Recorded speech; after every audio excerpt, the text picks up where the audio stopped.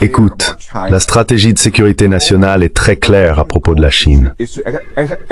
L'objectif à long terme est d'étrangler économiquement la Chine, car elle dépend du commerce pour ses ressources, n'est-ce pas?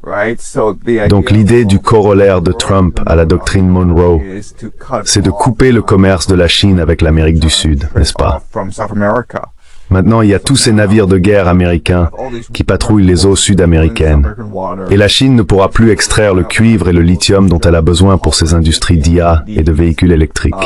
Elle ne pourra plus importer de nourriture ni de pétrole d'Amérique du Sud. Ça, c'est la première partie.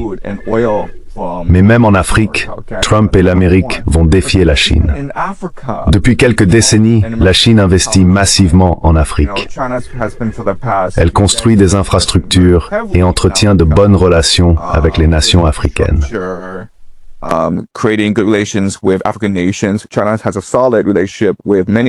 La Chine entretient une relation solide avec de nombreux pays africains.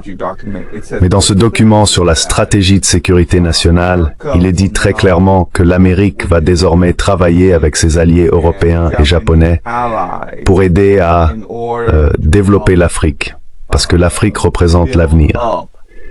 Si l'on regarde la démographie, l'Afrique est le continent le plus jeune et celui qui connaît la croissance la plus rapide.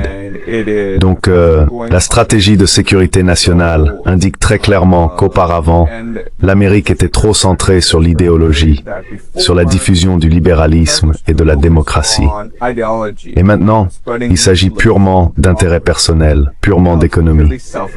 En somme, elle fait essentiellement ce que fait la Chine. Mais l'Amérique affirme qu'elle dispose de meilleurs produits et qu'elle utilisera toutes les ressources de ses alliés.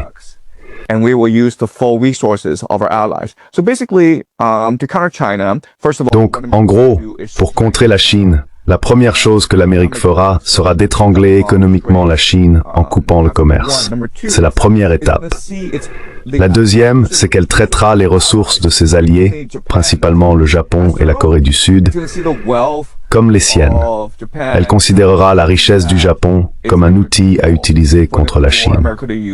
Et la troisième chose que l'Amérique fera, c'est promouvoir la stratégie du diviser pour régner, où elle pourrait se retirer militairement d'Asie du Sud-Est, tout en encourageant le Japon à créer davantage de tensions avec la Chine.